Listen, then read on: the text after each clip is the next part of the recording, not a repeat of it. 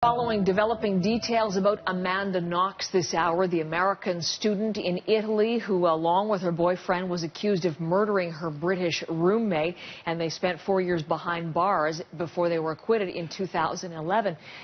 The breaking news, though, coming today from the highest court in Italy, the highest appeals court, and Susan Ormiston with us with those breaking details. Susan?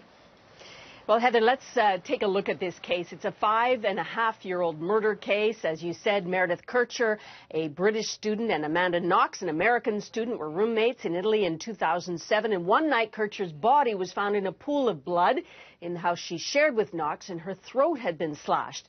Now, Amanda Knox and her Italian ex-boyfriend were convicted, as you said, of the murder, but after 4 years in Italian jail, that conviction was overturned by an Italian appeals court. Now, today we're hearing that a higher court ruled this morning the acquittal will be dismissed, a new trial will be ordered.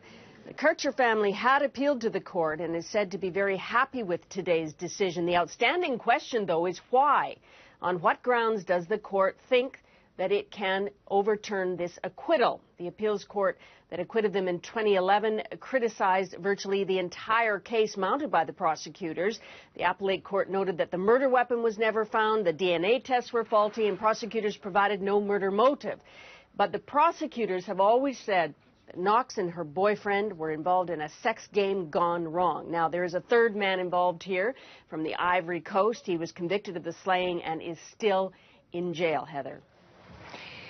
Now, she, for her part, I was just reading she was in Seattle studying, Susan, so she's back in the United States. How will this ruling, ordering this new trial, how will it affect her?